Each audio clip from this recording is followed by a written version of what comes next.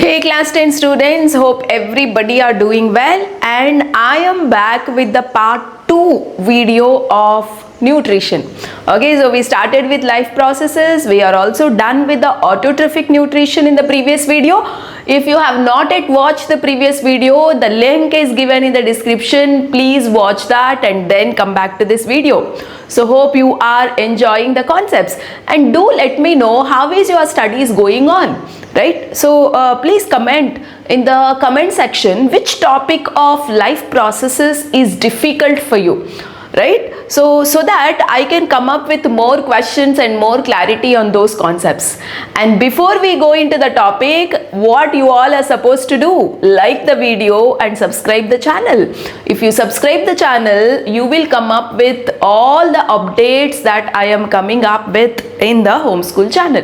Okay, and also share the videos to all your friends. Okay, let these videos reach as many students as possible who are in need of learning, guys. So yes, why to wait? So let us get into the topic. Today's agenda in this video is the heterotrophic nutrition. We are supposed to start the heterotrophic nutrition, and we have to discuss everything about nutrition in human beings. But before that, let me test how much do you remember on the previous concept.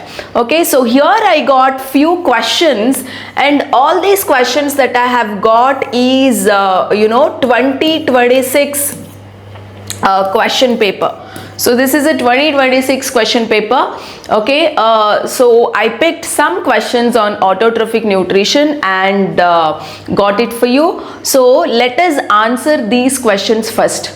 So the carbohydrate which are not used immediately in plants are stored in the form of A, which serves as an internal energy reserve. What does A stands for? So when carbohydrates are produced in leaves, they are not immediately consumed by plant to get energy, right? So whenever the energy requirement is there, that point of time carbohydrates will break down to give energy. But the moment they are formed, they are stored in the form of some complex organic compound. Okay, they are stored in the form of some complex chemical. So what is that chemical, they are asking you, and do let me know the answer in the comment section. Okay, yes, the answer is starch. Many of them would go for sugar, but no, sugar is a simple chemical. Okay, whereas starch is a complex chemical. So always the food after the preparation, after the photosynthesis in a leaf, the carbohydrate that is formed is always stored in the form of starch. So the option A is the correct answer. Okay, so if you have guessed this, yes, you are correct, guys. So now coming to the next question. So here are the 3 sub questions I have got for you. Yes, so the first question is, draw a labeled diagram showing open and closed stomatal pore. See, previously for about few years, CBSE did not ask any diagrams directly. Diagram based questions is to come, but diagrams alone is very, very rare. But in the previous year, they have asked diagrams in some of the sets. Okay, so be careful in practicing all the diagrams, especially in biology. Okay, so you have to draw the diagram of open and closed stomata. Okay, so it's very, very easy. So you will draw 2 guard cells which are in the kidney shape. Yes, so if it is like this, and these are the epidermal cells. So you can mention few epidermal cells, and labels you have to do. So this is a nucleus of this guard cell, this is a nucleus of this guard cell. So you can label this as guard cell. Okay, and you can label this as stomatal pore. Okay, stomatal pore, guys. So this is what? This is open stomata. Similarly, how do you draw the closed stomata? You have to draw guard cells in a flattened manner like this. Okay, so these are epidermal cells as usual. Okay, so now this is a closed stomata. So closed stomata you will indicate very less pore, and you will make the guard cells in a flattened manner. Okay, but here they are in a solened manner, just like a kidney bees. So they look like kidney bees. Okay, yes. So this is the diagram of open stomata and closed stomata. Then the second question, which is very important, list the main events that occur during the process of photosynthesis. So what do you write when they ask you to list out the main events of photosynthesis? Events are nothing but steps involved in photosynthesis. Okay, right? So the 3 points are supposed to mention here. So what is the first point here? Absorption of sunlight. Okay, so absorption of sunlight by chlorophyll. Sunlight by chlorophyll is the first point, and writing answers in bio is also very important. Always write point wise. Okay, and then second point is conversion of light energy into chemical energy. Conversion of light energy, okay, along with me you can also write in your books, into chemical energy. That means, what do you mean by this point? You know, it is used, light is used, that is, you can write like this, that is, light is used to split water. To split water into hydrogen and oxygen. So this is our second point. Now the third point is what? Reduction of, okay, reduction of carbon dioxide to carbohydrate is happening in the third point. All of this we have discussed in the previous video in a detailed way. Now I am just giving answer for that question. Okay, so watch the previous video if you don't have clarity on these points. Okay, yes, this is the answer, point 1, point 2, point 3. So answer writing is also very, very important, guys. So now what was the next question? Write a balanced chemical equation showing photosynthesis in plants. So hope you will write the balanced equation. Please mention the balanced equation in the comment section. Okay, I would like to check that.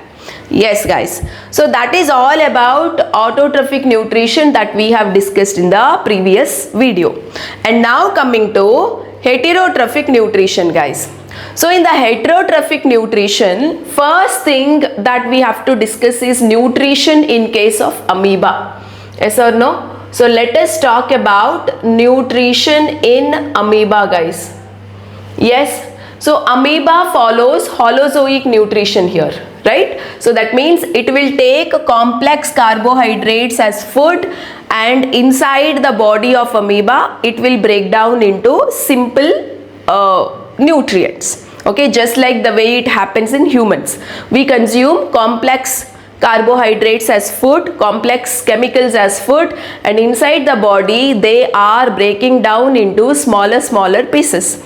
Okay, so smaller molecules which the body absorbs and gets the energy. Okay, same thing happens in amoeba also. And here right, if you look at amoeba, it is a unicellular organism, and this diagrammatic representation alone can be asked in the exam. So you should able to practice this diagram. Okay, so the moment amoeba finds the food nearby, the cytoplasm itself will grow as finger-like projection, and that is called as pseudopodia. So this is your point 1 to be mentioned, guys. Amoeba extends pseudopodia to encircle food particle. If you feel this sentence complex, write it in a simple way. So the cytoplasm will extend like a finger-like projection called pseudopodia. Mentioning this word pseudopodia is very important here. Okay, so those finger-like projections are used to grab the food. So that is point 1. And after that, the food is grabbed into a food vacuole. So a food vacuole is formed where complex carbohydrates, so this is a very complex chemical which is broken down into simple form. So that is point number 2, guys. Okay, so now after, see here, this was the big chemical broken down into smaller pieces, and in the third step these nutrients will get distributed all over the amoeba. And once the nutrients get distributed to the cytoplasm, then the amoeba will use those nutrients for growth, to get energy. Okay, and after that, if any undigested food is there, that will again thrown out of amoeba through the same pattern. Okay, through cytoplasm the food is just thrown out, the undigested, the waste food is just thrown out. So these are the steps of nutrition in amoeba, guys. So what is the first point you will write? Using pseudopodia, it will grab the food. Second point, the food is grabbed into a food vacuole. A food vacuole is formed where complex substances are broken down into simple ones. Okay, using enzymes. Okay, and later the nutrients are distributed into cytoplasm. Later those absorbed food is used for energy, growth and repair. And finally the remaining undigested material is thrown out of cytoplasm. Okay, so just mention, you no need to by heart the textbook sentences as it is. Just understand the logic and write in your own sentences, but be very careful. These terminologies and all you have to mention. Pseudopodia, you should mention it in a first point. Food vacuole, you have to mention it. Okay, so here mentioning pseudopodia, food vacuole is very important. Okay, so that's all about nutrition in amoeba. So now let us go to nutrition in human beings, which is very important, guys. Okay, so we have something called alimentary canal or digestive tract. Okay, so or the same thing can also be called as gut. Okay, so we have something called digestive tract. This also can be called as gut, and this also can be called as alimentary canal. Okay, so the meanings are same.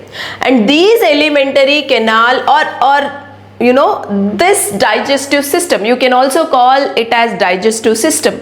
Okay, and this digestive system or alimentary canal consists certain parts. Okay, the food moves through those parts, and in every part there happens a level of digestion. Okay, right? So the very first part is your mouth. Okay, so the food is taken inside through mouth, and then comes the second part, esophagus, right? And then comes actually stomach. And then comes your small intestine. Okay, so this is the stomach. The C-shaped muscular organ is called stomach, guys. And then this snaky part, whatever is there, and this is a very long part. Actually the entire alimentary canal runs, if you keep open the entire alimentary canal in a line, no, it runs up to 9 meter. It's a 9 meter long canal, guys.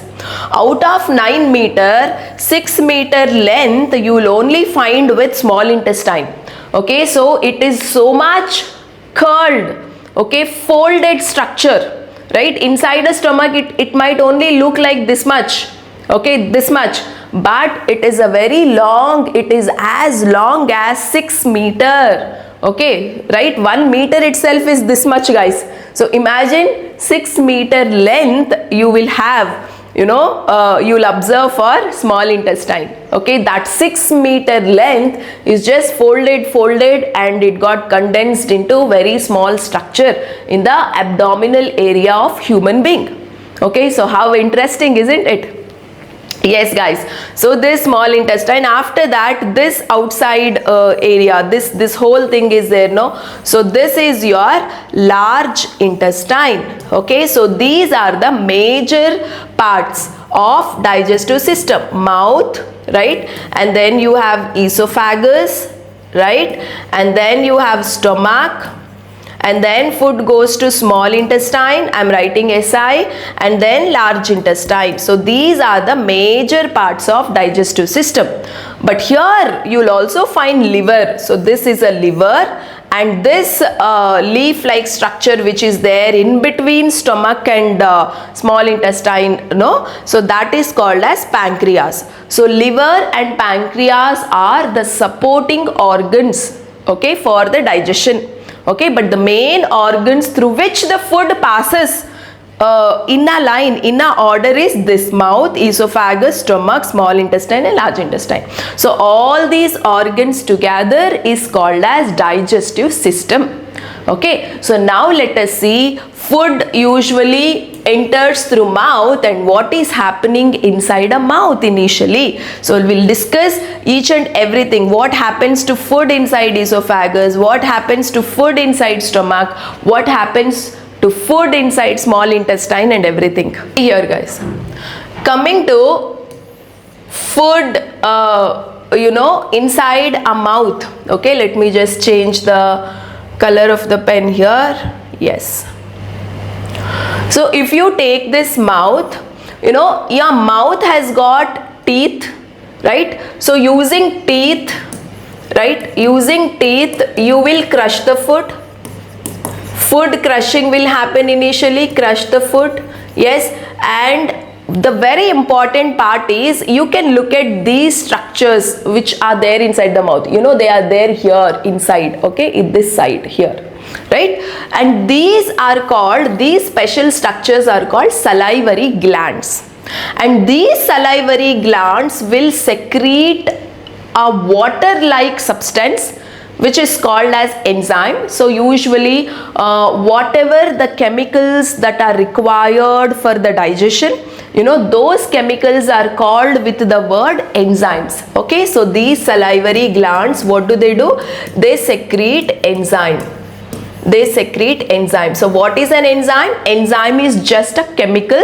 Okay, they help in digestion. Usually they help in digestion. Okay, so this enzyme has got a name called salivary amylase. Salivary amylase, guys. So very, very important. You are supposed to remember the name of this enzyme, that is salivary amylase, and it looks like water. It just looks like water, guys. Okay, so what does this salivary amylase will do? It will do two works. Okay, so it will do two works. Number one, it moistens the food. Okay, moistens the food, guys. So you take food which is hard, right? So now as you crush, the food becomes soft. Okay, moistens the food means what? Makes the food soft. Makes the food soft. So this is one duty of salivary amylase. Another duty is it converts carbohydrates. Very, very important. So I have discussed what do you mean by carbohydrates, right? So they are a long chain of chemical. That long chain of food will break down into smaller particles called sugars. Okay, so it converts that long carbohydrates into sugars. Okay, right? So this is the major work of salivary amylase, which you should note it down in your book and learn. Okay, so what is the function of saliva, they will ask. Okay, so your salivary glands, okay, will secrete a liquid called saliva, and that saliva will have this salivary amylase chemical which is called as enzyme. So these chemicals have got a special name in biology. So they are always called with the special name called enzymes. Okay, so saliva has got an enzyme called salivary amylase, so which makes the food soft and also converts the carbohydrate type of food. We have three forms of food, no? Carbohydrates, proteins and fats. So all the three are big chemicals which are supposed to convert into small chemicals. So the first very, very important chemical, that is carbohydrate, which is converting into sugar right inside the mouth itself. So the first step of digestion is happening inside the mouth itself, guys. Okay, so that is the reason we are supposed to chew the food very nicely. The more you chew, the more the food gets mixed up with saliva, and the more nicely the carbohydrates can get converted into simple forms. So chewing with saliva is very, very important. Okay, so that is all about the things that happen in mouth. Now coming to esophagus. So what is the esophagus? Look at here. Esophagus is a long food pipe, okay, which runs from your throat or mouth to stomach. So it has a connection to stomach. So what happens in esophagus? Nothing, guys. Just the food will move downwards. Food should not come up. Food has to move downward. Okay, for that a special movement you will observe in esophagus, that is peristaltic movement. So here we have to study something called peristaltic. Okay, so just let me again change the color of my pen. Yes. So what kind of a movement? Everybody write it in the comment section. Peristaltic, okay, movement, or we can also call it as peristalsis. So what is a peristalsis? Look at here. This is the food which we will call it as bolus. Okay, so bolus. If your teacher uses a word bolus in your classroom, don't worry, bolus is nothing but the food. Okay, so the food is called as bolus. So this is the food bolus, guys. So this is the muscle, this is the esophagus muscle, and look at here. So as the food is coming down, the top part of the muscle is contracting. It is becoming shorter, contracting, because the food should not come back, isn't it? So what is the use if the food is coming back? Say food is coming like this, what is the use if the food is going back? So that's why the top part of a muscle, the moment the food goes down, the topmost part of the muscle will contract and the bottom part of the muscle will open, so it will relax. So this rhythmic contraction of the top part and the relaxation of the bottom part of a muscle when food was moving is called as peristaltic movement. Okay, so hope you understood what is peristaltic movement. Rhythmic, this is what the definition you are supposed to write. Rhythmic contraction and relaxation of walls of esophagus,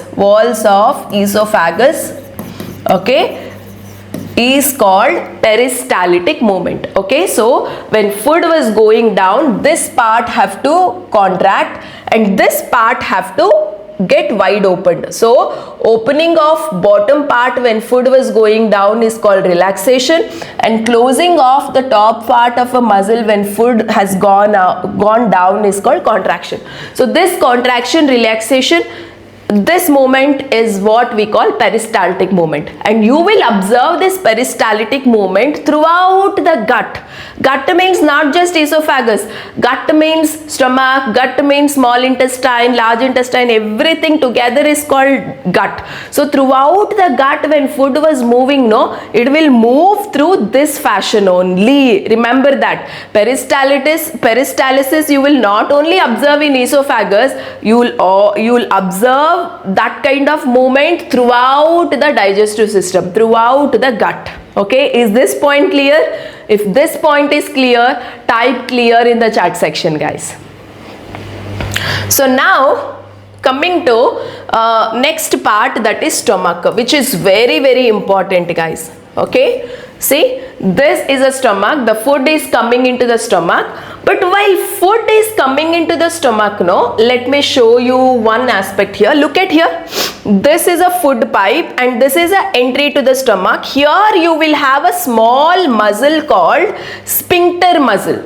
Okay, so we have a small muscle at this junction, guys, okay, which is called as the sphincter muscle. Okay, see, yes, see here, and again when the food was going to the small intestine also, it will pass through a small muscle called sphincter muscle. Remember this, sphincter muscle. So the food passes through sphincter muscle is because the food should not rush. Okay, so from esophagus food is coming to the stomach, food should not rush. So that's why this sphincter muscle will release food slowly into the stomach. Similarly, when the food was going from stomach to small intestine also, look at here, this was the whole rush of a food.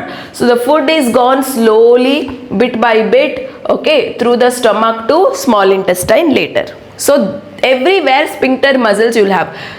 Between the junction of stomach and esophagus, there is a sphincter muscle like this, and between stomach and small intestine junction also you have a sphincter muscle. Okay, so these sphincter muscles will help in the slow release of food, which is very, very important.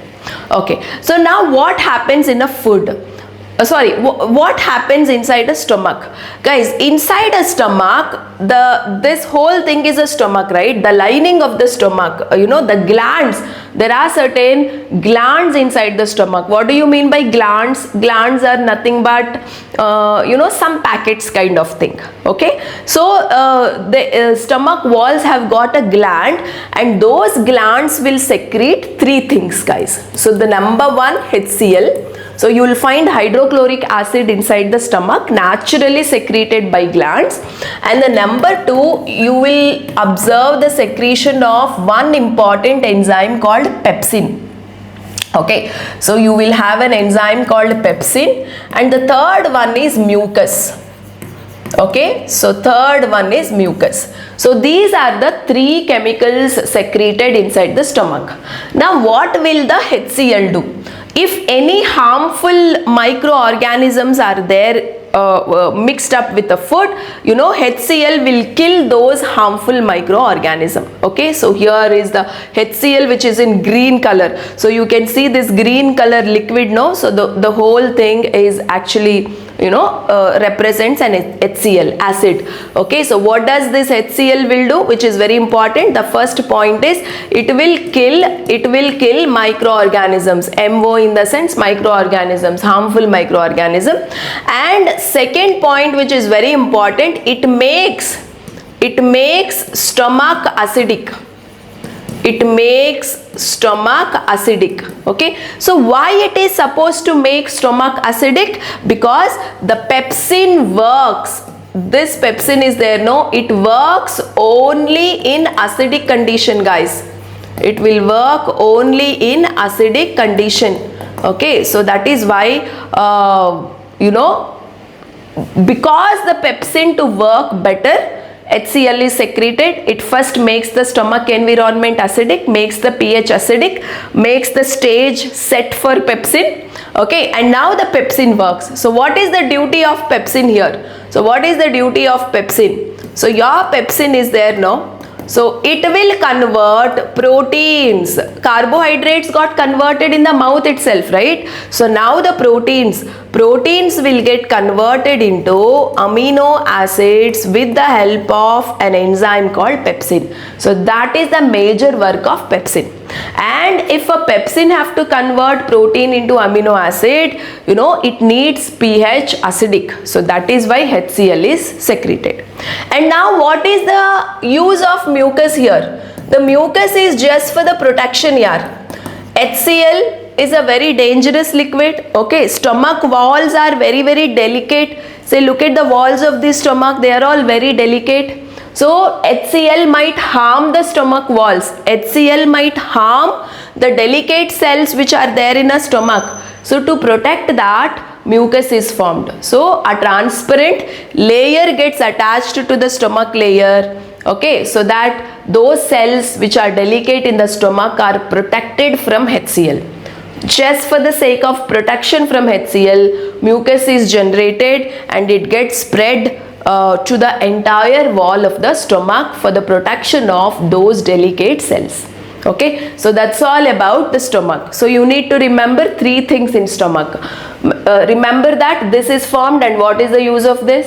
Pepsin is formed, what is the use of pepsin? And mucus is formed, what is the use of mucus? So this is important. And now the food. After the protein, see protein molecules, amino acid, this is pepsin enzyme. This pepsin enzyme is formed and this pepsin enzyme is working on the protein food. Okay, and converting protein into amino acid. Now those whatever the food that got digested here is passing through sphincter muscle to small intestine. So now this is a small intestine. I'm just showing you a bit of small intestine, inside small intestine. See, this is a small intestine. So inside the small intestine, what is happening is what I am showing you. Okay, so I think this is a beautiful visual, right? So tell me whether you like this visual or not. Okay, so one complete picture you will get the moment you see this visual here. Okay, so what will happen in small intestine?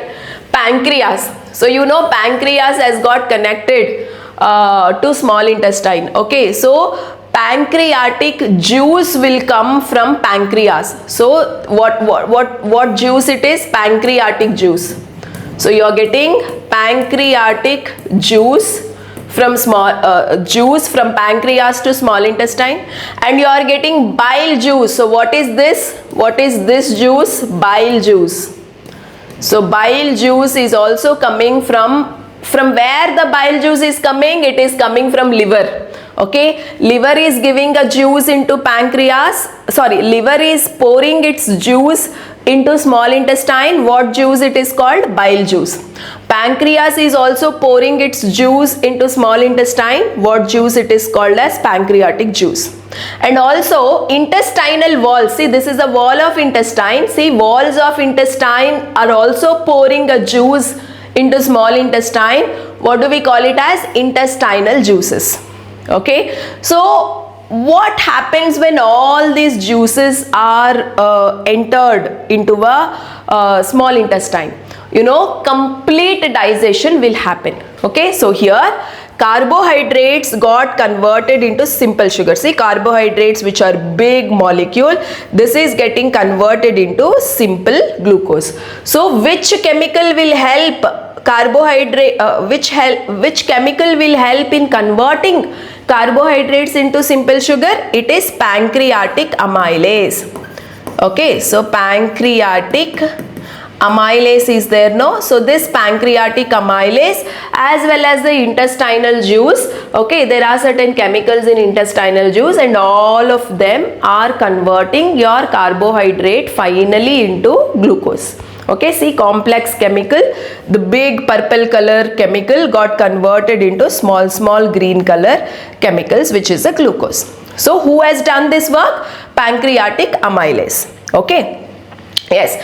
And at the same time, from the pancreatic juice itself, another enzyme would be there, that is trypsin. Okay, trypsin. Okay, so pancreatic juice will have three chemicals here. So one is amylase, the other one is trypsin. Okay, the third one is lipase. Okay, so these are the three chemicals that are present in this pancreatic juice. Now this amylase has converted carbohydrates into sugars. This trypsin is there, no, that is converting proteins into amino acid. And then the lipase is there, no, lipase is converting fats into fatty acids, guys. Okay, so this is very important. Amylase is converting carbohydrates into glucose. Trypsin is converting proteins into amino acid. Lipase is converting fats into fatty acids. So amylase, trypsin and lipase, where are they present? Pancreatic juice, which is coming. Pancreas is giving all of them. Okay, yes. And what does the intestinal juice does? Intestinal juice also will do the same work. Okay, so if any carbohydrates are left out, or if any proteins are left out, or if any fats are left out, then finally these chemicals which are there in intestinal juice, no, they will convert the same thing, carbs into sugars, proteins into amino acids, and fats into fatty acids. Now what is the use of this bile juice? That is the interesting question here. So bile juice will do two things. Okay, so the first one is makes environment means which environment? Environment inside the small intestine. Makes environment basic. Okay, right? Say in stomach the food was acidic, isn't it? But the moment the food comes to small intestine, the food should become basic in nature. Its pH should become basic. Why it will make the food basic? Why it will make the environment basic? Because your pancreatic juice that is coming and it is doing all these works, no, this will work only in the basic condition. Just like how pepsin worked only in the acidic condition, no, in the stomach, likewise your pancreatic juice will work only in a basic condition. That is why first bile juice will come, it will make all environment set, it will make basic. And also second one is very important, guys, it helps in the emulsification of fats. Emulsification of fats. So what do you mean by emulsification of fats? Actually the fat molecules are very big globules. Before lipase converts fat into fatty acids, these big molecules will get converted into small molecules. After that only conversion happens. So converting big fat globules into small globules is what we call emulsification. Okay, so your bile juice has got two functions. One is makes the environment basic, the other one is emulsification of fats. Okay, so this, if a question is asked, explain the digestion in small intestine, this entire thing you have to explain. So how you will start? Pancreas gives pancreatic juice into the small intestine, bile juice enters, pancreatic juice has got, these are the three enzymes, amylase converts carbs into sugars, proteins converts into amino acids, fats gets converted into fatty acids. The liver pours its bile juice makes the environment basic and also helps in the emulsification of fats.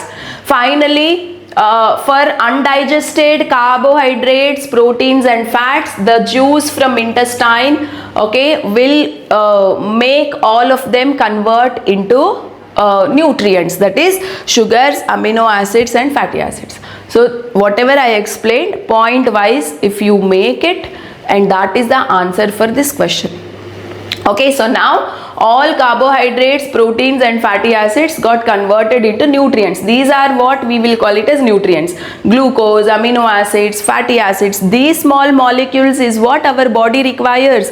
Energy is produced from these molecules. So now they are called as nutrients. Okay, they are formed in small intestine. Now from small intestine it should reach to every part of a body, isn't it? Every cell requires glucose, amino acids and fatty acids. So now these things which are formed in a small intestine should reach to every cell of a human body. So how does it reach? And that process is what we call absorption. So now nutrients formation is done. So now absorption. Okay, so these small molecules are the nutrients. Okay, so imagine some molecules are glucose, some molecules are amino acids and some molecules are fatty acids. Okay, so now the entire small intestine has got a finger-like structure. See, you can see these structures are called as villi. Okay, so the entire small intestine has got finger-like structures. They are called as intestinal villi. What is intestinal villi? Finger-like projections greatly increase the surface area of absorption. So the reason behind why these guys are finger-like, because they can absorb maximum nutrients as possible. Okay, so they have got great surface area so that maximum nutrients can be absorbed. Okay, and these guys are connected to the blood vessels. See here, the red color pipes, arteries, the blue color pipes, you can think it as veins. You know, they are each and every villi has got blood pipes. Okay, so blood vessel connection. So the nutrients will enter into the villi and through the villi they are passed into the blood pipe. See, inside the villi they have entered all the nutrients. See, all the nutrients have entered into the villi, and through the villi, where are they getting passed? And they are getting passed to blood vessels. So likewise, now through the blood, all these nutrients will get distributed to every cell of a human body. Okay, so this process is called absorption. Okay, yes. So now, next what happens then? Okay, so absorption is done and everything is done. Okay, so in this small intestine, final digestion is done and absorption of nutrients by villi and transferring those nutrients to blood and all of that is done. Now for any chance undigested food, if you have undigested food, okay, so there is always going to be some form of waste, isn't it? So some undigested food, whatever is there, okay, so all of that will come out through large intestine. Okay, so whatever water is there, water gets absorbed by the large intestine, and the remaining undigested food will come out through large intestine through anus. Okay, so this is the duty of large intestine, guys. So that's all about nutrition in human beings.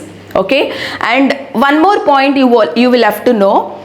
And carnivores in the sense what? The organisms or the animals which eat other animals, lion, tiger, all of them are carnivores.